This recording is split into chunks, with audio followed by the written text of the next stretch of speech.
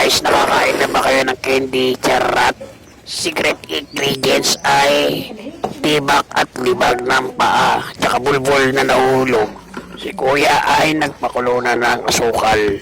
Yung pinakasandok niya ay sa contraction pagpalitada. At apakan ang asukal na durog. Yan ang secret ingredients niya Ang sekreto para hindi makita ang dumi na galing sa paa ay lagyan ng food color. Secret ingredients din ang sandok na pampalitada. At si kuya gumawa na ng ipot ng manok. Ay mali. Hindi na charat. Kuya, tanong ko lang, ba't sa lapag kayo gumagawa? Nagpapatak na candy.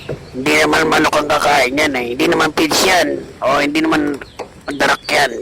Kulang na lang magpatak kayo ng candy sa karsada. Siguro pag nasipsip ng mga bata yan, mapapasabi niya sana all may buhangin. Lahat ng dami na sahig, pinunta nyo na sa candy. Parang naisip ko tuloy na drama yan hindi naman candy. Laking tulong talaga yung pinapakan na ginawang pulbos na sukal para hindi dumikit ang candy. Ngayon lalagyan uli ng food color para pambulag sa mga dumi na sahig. Guys, kung galit kayo sa kapitbahay nyo, ito magandang pagregalo candy. Mura na, marami pa.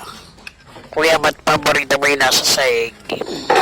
Gusto mo yung may secret ingredients Pero tandaan nyo hindi naman hype kakain yung tao.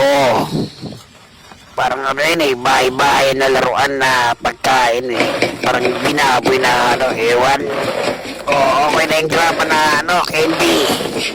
Kuya, tandaan lang yung pagdiin mo sa gaspan mo.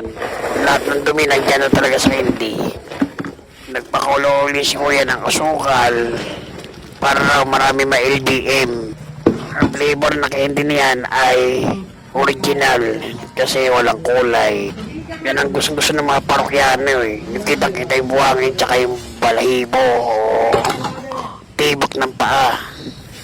Pero kuya, yung mga pinapatak mo para nababastusan ako dyan Parang kulay yan pero ayoko na magsalita. Baka maraming magalit sa akin.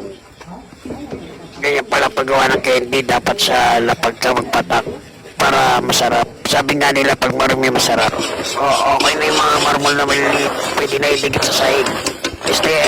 Candy pala yan. Candy charat. Nato nyo talaga sa pagkain, hayop Kala nyo hayop ang kakain din Okay, gawa ng candy charat.